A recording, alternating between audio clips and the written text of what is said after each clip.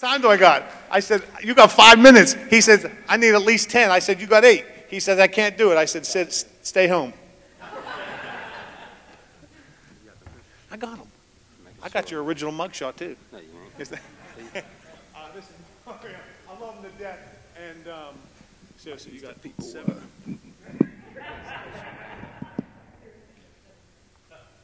We bust this out real quick to get my stuff organized. Big Joe asked me if I could share a little bit about myself. More importantly, what God's done in my life. From where He's brought me to, I'm just humbled to even be here. You know, even though my mom and dad they separated at a young age, me and my brothers we always felt loved. You know, we came from a family of love. We'd stay with my mom. My dad would get us on the weekend. And my mom was a churchgoer, you know, always going to church, so taking us to church. And I used to hate to go to church when I was a kid, you know. I always thought it was boring. Here's some boring message, some old people's music, you know what I mean? The only thing I got out of church was like a sore butt from sitting on them horror pews, you know. So my perception of God was that if He's even real, that I seen Him as distant like some old grandfather, you know. He got too many rules, too strict. So I really didn't want nothing to do with that, so I kind of turned my back on him. And started cutting up in school, you know. I wanted to be liked by my peers just like everyone else. And I found myself basing my self-worth not on what I thought, but what other people's perception was of me. So, you know, I was getting in trouble, suspended, started smoking weed in 6th grade. By 13, I was getting drunk and high almost every weekend. By 15, I was lost, you know. I was getting in trouble with the law, selling drugs, using them. My relationship with my family was going astray, especially between me and my father. I kind of cut off contact, stopped going over there. And at the end of my 9th grade year, I ended up getting arrested one day at school, and took me to Schumann. And from there, I got locked up. I went to a juvenile placement for a year. Even when I was in there, I was still getting high. I got my brother to bring me up some weed on a visit and stuff, so I wasn't changing. I got out. You know, within 10 weeks, I got locked back up again and went to the county. Then I went to another placement for a year. I came out, I was 17, and I was snorting cocaine. I was selling cocaine. It wasn't like no Tony Montana or nothing, you know what I mean? I was small time. But all my buddies were making money selling these fake drugs at these big parties, these raves. So I figured, you know, this isn't where I can fit in. So I was making good money, like hundreds of dollars in a couple hours. And I thought I was the man, you know.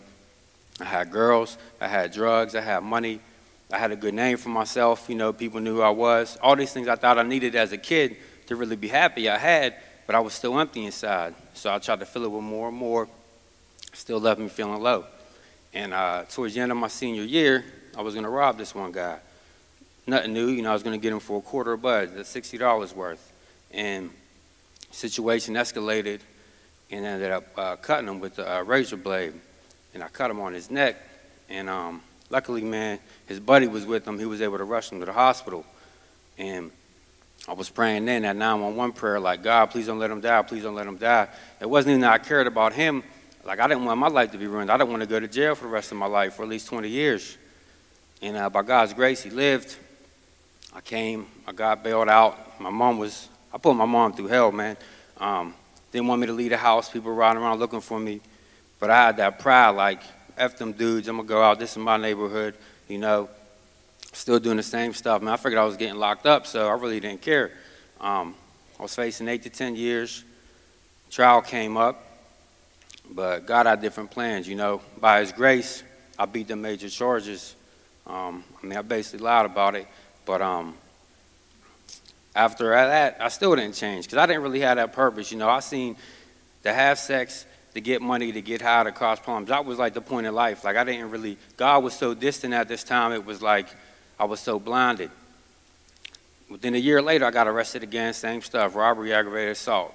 I could go on and on, but basically from the time I was 14 to 29, I was somewhere in the system, whether it was juvenile, probation, adult, locked up the county here or there. And started going out to the clubs and bars and that stuff. You know, I found my self-worth in that. Like, it's the weekend, I'm going to get smashed. I'm going to try to hook up with some girls, and, you know, that's how I found my purpose. And ended up getting a girl pregnant and I didn't want to be the dad, you know. I'm 21, man. I don't got that responsibility. I really didn't get along with the girl, and as ashamed as I am to say it, I prayed to God, the God I never really followed or wanted much to do with, that she'd have a miscarriage. Because I didn't want my own child's blood on my hands. I wanted to justify it. It's effed up, but, you know, that's what it was. And she ended up getting an abortion, you know. And I tried to justify, like, well, that ain't your fault. You didn't pay for it. You didn't take her there, you know. But I knew that was wrong. Of all the stuff I did, that was really the only thing that really bothered me. Like, if I hurt people and that, I figured if you were in the game, then you could get hurt. That's just a part of the rules. But this was something totally different. Not too long after that, I had a vivid dream one night, and I felt a total separation that's indescribable.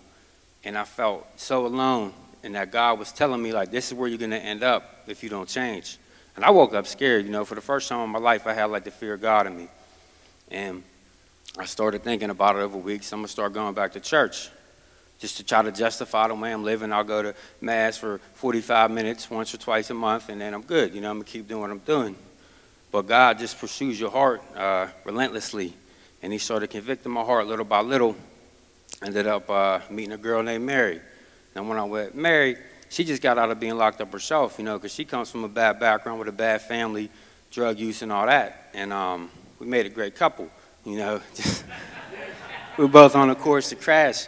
But so she starts coming to church with me, you know, and I'm like, all right, you know, that's cool. Eventually, she wanted to join the church. And there's this process you got to go through, and it's like a 7-month process. I don't know at the time, but someone needs a sponsor to go, so whatever, I'll be your sponsor. And basically, you go to church, and you go to this class to learn about, you know, the teachings of God and all this stuff. And it was through that process that I really experienced Jesus Christ.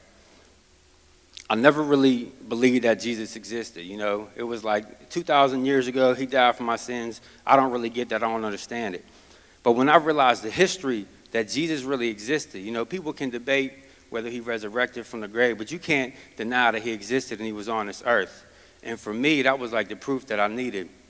All the stuff that I heard when I was a kid, it was like, it's real, you know.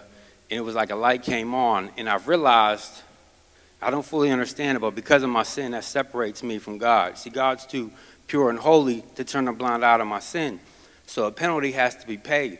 And that sin affects him so much that that penalty is death. And that seems like, that's cold. But in the love that he had is that Jesus Christ, God himself, took my penalty, took my place for all the hurt and all the pain that I did, that God, you would die for me. And it was like, for the first time in my life, I felt a peace and a joy that's indescribable. And I didn't change overnight, you know, but I knew that God had a plan for me. He was convicting my heart, you know. I was reading in his word, and I got overwhelmed. Like, God, I want to follow you, but it's too hard. I got to stop smoking weed. I got to stop having sex. I got to stop committing all these crimes. But I felt God tell me, like, don't focus on all the things that you can't do. Focus on me, and I'll show you what you can do. I'll show you the things you no longer have to do. Because all these things I was a slave to. You know, the money, the drugs, the sex, the pornography, all that stuff, the pride. I was a slave to that stuff.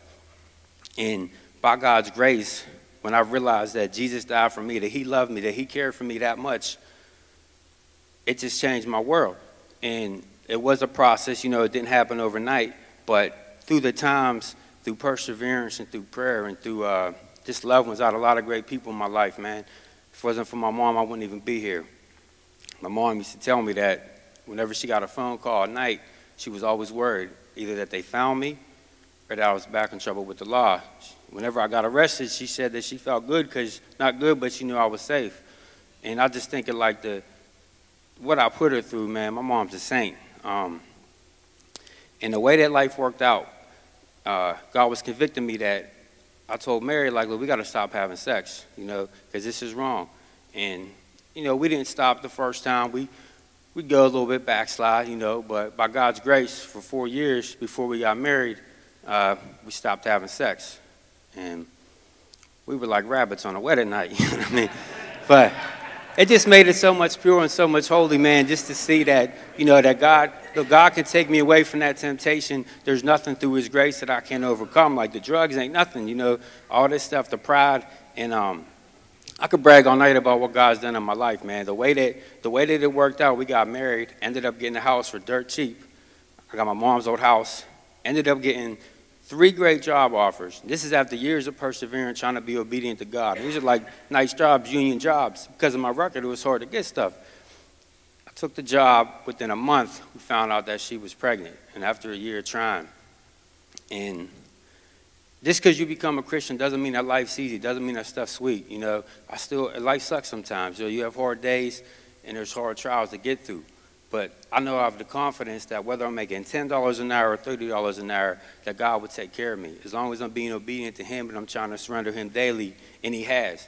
You know, just like in addiction, whenever you get healed from something, sometimes it takes time to heal. If you have a major surgery, it may still take weeks, months, even years to heal.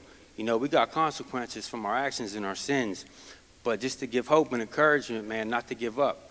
You know, to focus on what God has called you to, that God cares for each and every individual that much, that he died for us. You put that first picture up. Got it up there. Look at that dude, man. He thinks he's a gangster. I was like 19, out on bail, you know, and I was just headed for hell, man. Thought I was a tough dude. I was really just a little punk, you know. Put the other picture up.